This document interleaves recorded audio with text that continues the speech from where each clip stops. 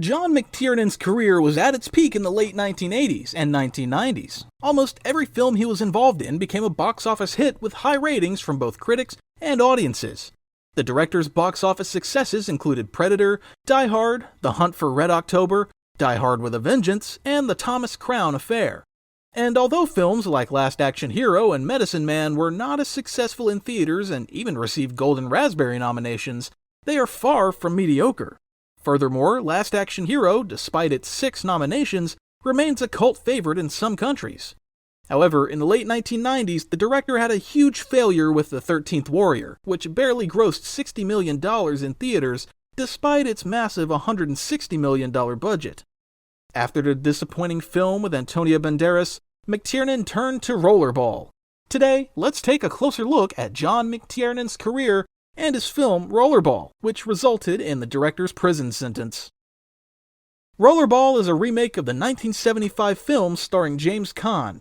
The original low-budget science fiction film, which cost $3 million to make, earned $30 million in US theaters. It was the first Hollywood movie to give screen credit to its stunt performers, so in some ways this was a landmark film for Hollywood. The studio had wanted to make a sequel to Rollerball for a long time, but sequels weren't as popular back then as they are now. Almost all of them did significantly worse at the box office than the originals. As a result, the studio gradually changed its mind, and the film was forgotten for many years.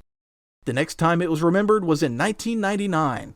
The producers knew that making a sequel to a forgotten film after so many years was not the best idea, so they decided to make a new film based on William Harrison's novel. Things didn't go well for the new Rollerball right from the start. All of the actors the studio wanted to cast in the lead role declined the offer. The first person to refuse was Keanu Reeves. He considered starring in Rollerball for a while, but ultimately opted for The Matrix. The next actor in the studio approached was Nicolas Cage, but after some deliberation, he also declined and chose to star in The Family Man. Somewhere around that time, John McTiernan joined the project. The failure of The 13th Warrior severely damaged McTiernan's career, so he needed a big hit to make everyone in Hollywood forget about it. As soon as McTiernan got the script, he started changing it to his liking, removing everything he thought was unnecessary. Later, many of the crew members said that the original script was very good. However, McTiernan didn't like its strong social overtones, so he decided to remove them. The director thought the audience wouldn't be that concerned about global issues or social inequality.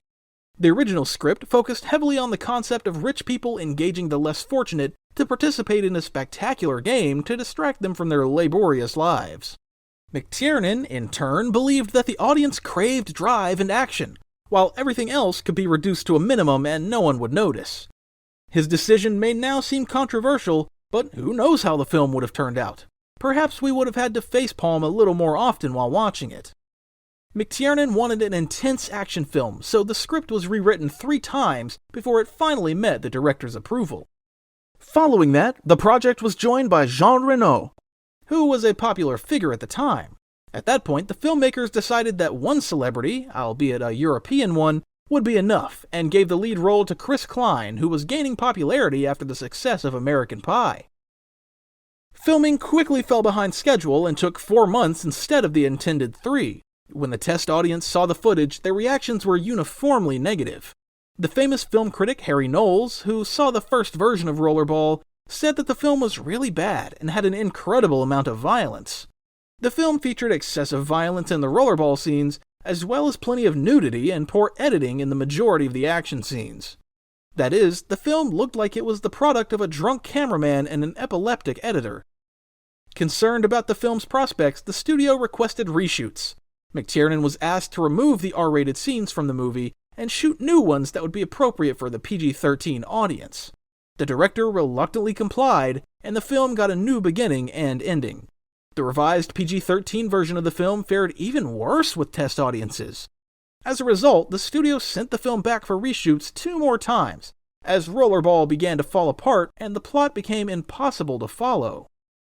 Because of constant delays and reshoots, the release date, which was originally scheduled for 2000, was pushed back several times. First, it was postponed to the beginning of 2001, then to the end of that year, and finally to 2002. McTiernan's first bloody version, originally 2.5 hours long, was cut down to a 1.5-hour film without any nudity or violence. In addition, the studio spent a few $1 million on editing certain scenes that couldn't be fully removed from the movie. For example, you can notice Rebecca Romijn's character being partially obscured throughout the bed scene. Some of the film's bed scenes were removed, and the one that remained was significantly shortened. Naturally, the film's theatrical release in February 2002 was a disaster. The $70 million Rollerball grossed only $25 million in theaters. The film marked the end of Chris Klein's career. Following that, his only notable appearances were in the American Pie sequels. As for John McTiernan, while still working on Rollerball, he agreed to direct Basic, which remains the director's last work to date. The audience received Basic quite well. McTiernan might have been able to climb out of the hole he dug for himself with The 13th Warrior and Rollerball, but he couldn't avoid the consequences of working on Rollerball.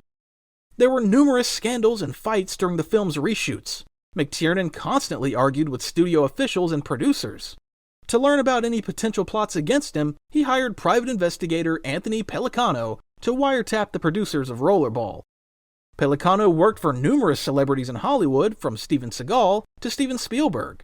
When the police discovered Pellicano's archives, they found that John McTiernan was also involved. The Pellicano case allegedly involved numerous Hollywood celebrities, but the majority of them managed to keep their involvement hidden. McTiernan wasn't so lucky. Legal proceedings against the director continued for several years, and he was eventually sentenced to prison. He got off quite easily, though. He faced 5 years in prison, but was sentenced to 1.5 years in 2010. Pellicano was sentenced to 15 years in prison. Now, the director is already free, and the media occasionally reports on his return to the director's chair.